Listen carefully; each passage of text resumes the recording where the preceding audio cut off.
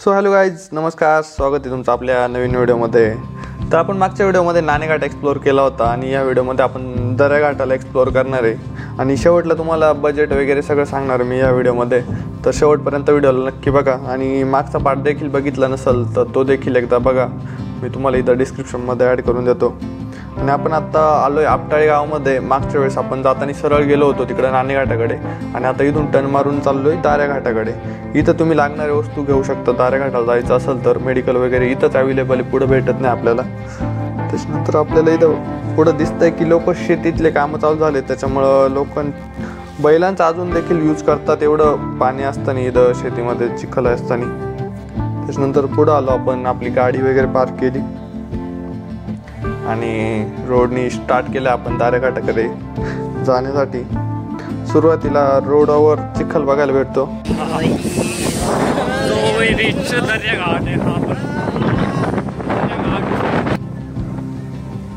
तर 4-5 मिनटं पुढं पाय चालत आल्यानंतर आपल्याला असलं एक दृश्य बघायला भेटतं. इथं एवढं भारी दृश्य इथं, त्याच्यामुळं असं वाटलं की इथं दाऱ्याघाटाला आलं तर काहीतरी फायदा झाला. इथंच वाटलं होतं पैसे वसुले बाई. आणि तरी पण आपण इथं मस्त फोटो वगैरे काढलेत, व्हिडिओ काढलेत. आणि आता आपण पुढं दाऱ्याघाटाचे जे इथं धबधबे बघायला भेटतात तिकडे जाण्यासाठी आपण प्रस्थान केले. तर दाऱ्याघाटाचे धबधबे पण आपल्याला एक्सप्लोअर करायचे, त्याच्यामुळे आपण पुढं निघालो. त्याच्यानंतर थोडंफार जंगलाचा रस्ता पार केल्यानंतर आपण पुढं निघालो. इथं जरा ओपन एन्व्हायरमेंट दिसतंय आणि बरेच लोक पण आलेले आज इथं रविवार असल्यामुळं. त्याच्यामुळं एक पर्यटन दृष्ट्या जरी बघितलं तरी दाऱ्याघाट एक भरपूर लोक इथं बघण्यासाठी पर्यटनासाठी येत असतात. आणि एन्व्हायरमेंट पण तुम्ही बघू शकता, एकदम मस्त एन्व्हायरमेंट येतं. त्याच्यामुळं इथं येणं नक्कीच व्हॅल्युएबल ठरू शकतं तुमच्यासाठी देखील. चला लईच म्हणजे टेम्परेचर डाऊन झालेलं आहे प्रथम शीटचं. हा शुभम फासटते, त्याला कॅमेऱ्यात यायचं लय हाऊस आहे. शुभमला कॅमेऱ्यात यायची लय हाऊस आहे. आता पाऊस आलेला आहे, पाऊस आहे. नाणेघाटला आपण जरा जास्तच भिजलो, त्याच्यामुळे थंडी देखील वाजायला लागली होती आणि असं वाटत होतं की थोडं ऊन पडावं, पण 4 वाजून गेले होते त्याच्यामुळे ऊन पडायची पण अपेक्षा काही राहिली नव्हती. आणि असंच करता करता आपण पुढं निघालो. प्रवासामध्ये ना हवा भरपूर जोरात येत होती पुढून, त्याच्यामुळं मुलं देखील गारटला आपण बघू शकतो.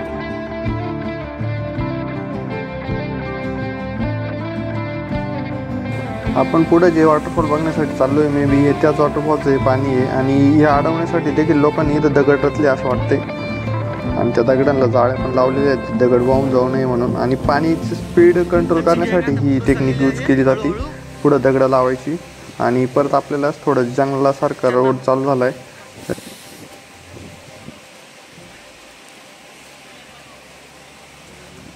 प्रथमेशला वाटलं आता मी मोबाईल पडून टाकतो काय.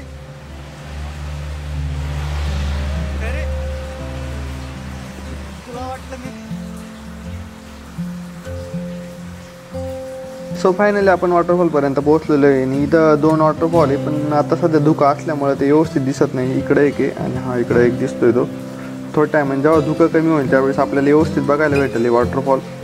आणि भरपूर लोक देखील इथं आलेले इकडे दिसतात. तिकडे एक इकडे एक वॉटरफॉल आहे, परंतु धुकंच भरपूर आहे त्याच्यामुळं काय एवढं खास दिसत नाही.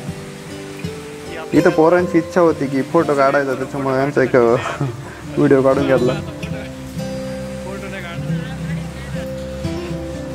तर इथं आपल्याला एक खेकड दिसली वॉटरफॉलमध्ये आणि या भाऊला येते पकडता म्हणून तो ट्राय करून राहिला पकडायचा. पण तुम्हाला माहीत नसेल तर ट्राय नका करू खेकड पकडण्याचं, कारण ती चावू शकते.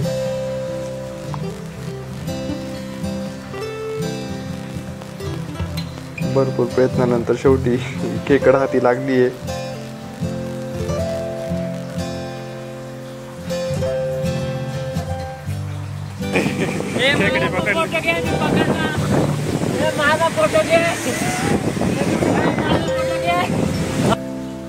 खेकड पकडल्यामुळे त्याची लई इच्छा होती फोटो काढायचा, म्हणून आपण त्याचा व्हिडिओ काढला. आणि इकडं धुकं देखील क्लिअर झालं होतं, त्याच्यामुळे दोन्ही वॉटरफॉल आता आपल्याला बऱ्यापैकी क्लिअर दिसतात ते.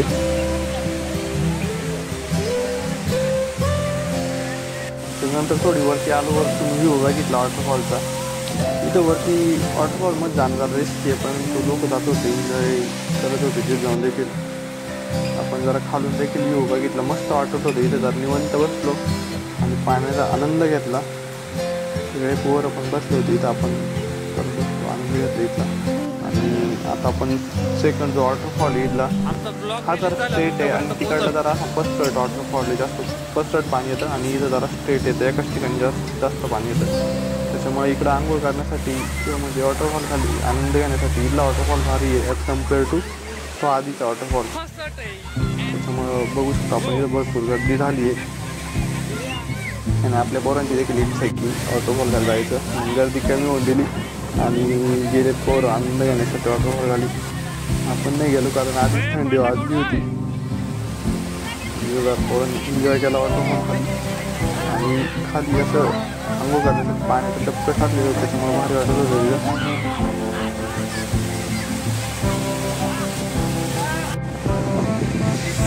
आता आपलं दारेघाट बघून झालेलं आहे आणि आपण आता परतीच्या प्रवासाला लागलेलो आहे.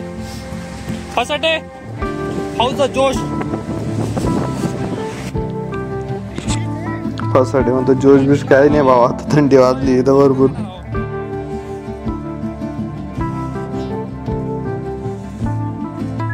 बॅगेचं नियोजन होतं ना आपलं. अनफॉर्च्युनेटली यावेळेस आपला प्लॅन झालेला आहे. अरे आवाज कसला येतोय, भारी येतोय.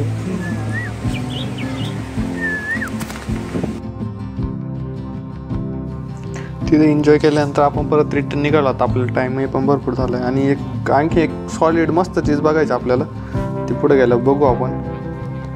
आणि रिटर्न चाललो आपण आता इथून. पोरांची कॉम्पिटिशन चालू आहे. भाऊला काय दगड पाडण्याचा मोह आवरला नाही आणि तो पण आवरला नाही. थांबा थांबा थांबा, वन्स मोर. हां रेडी.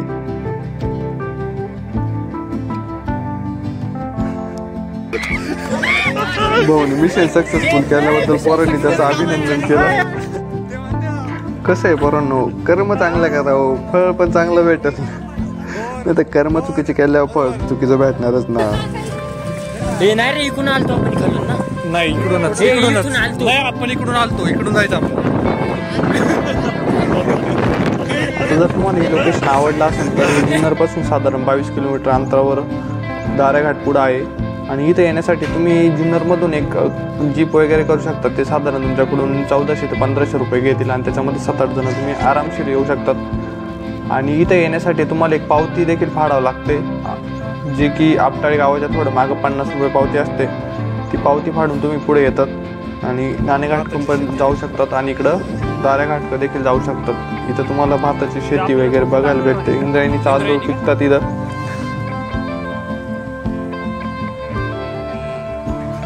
त्यानंतर इथं आमची ट्रिप एंड झाली. आता आम्ही जुन्नरमध्ये थांबलो, जरा काही वस्तू घ्यायच्या होत्या ते घेतल्या आणि आमच्या हॉस्टेलवर आलो, छोटी हिशोब वगैरे केला आणि ट्रिपला एंड केला. तर मागच्या व्हिडिओच्या थांबण्यानुसार मी तुम्हाला सांगितलं होतं की 250 रुपयात नाणेघाट. तर ते कसं तुम्हाला सांगतो मी की आपण इथून गाडी केली होती, तिला भाडं दिलं होतं 2000 रुपये. त्याच्यानंतर भेळ घेतली होती खायला, ती 250 रुपयाची आणि 50 रुपयाची तिकडे जाताना एक पावती फाडावं लागते. तर असं आपल्याला 2300 रुपये खर्च आला होता आणि आपण 9 मुलं होतो सोबत. त्याच्यामुळे 2300 रुपये 9 मुलांमध्ये डिवाईड झाले आणि एकेकाला 255 रुपये इतका खर्च आला. तर एवढ्याच खर्चामध्ये आम्ही 255 रुपयामध्ये नाणेघाट आणि दारेघाट दोन्ही पण लोकेशन बघितले. आता तुम्ही जर मुलं कमी असाल किंवा एकटे येणार असाल तर तुम्हाला याच्यापेक्षा भरपूर जास्त खर्च लागू शकतो. तर काही तर टिप्स सांगतो तुम्हाला. इकडे येताना नाणेघाट आणि दारेघाट हे दोन्ही स्टॉप लास्टचे टॉप आहे. त्याच्यामुळे इथून पुढं कोणत्याच गाड्या जाती नाही. त्याच्यामुळे तुम्ही चालू गाडीला हात करून येऊ शकतात, असं अजिबात होऊ शकत नाही. आणि दुसरी गोष्ट म्हणजे तर तुम्हाला यायचंच असेल तर जुन्नरपर्यंत येताना बस अवेलेबल असतात. तिथून पुढं तुम्ही जुन्नरमध्ये आल्यानंतर जीपने जाऊ शकता तिथून. तर आणखी काही इन्फॉर्मेशन पाहिजे असले तर कमेंट करा, मी तुम्हाला नक्कीच इन्फॉर्मेशन देण्याचा प्रयत्न करीन. व्हिडिओला लाईक करा, चॅनलला सबस्क्राईब करा. सबस्क्रायबर महत्त्वाचे कारण एफर्ट्स केल्याचा फायदा वाटतो जरा. आणि धन्यवाद. करू व्हिडिओला इथंच एंड. बाय.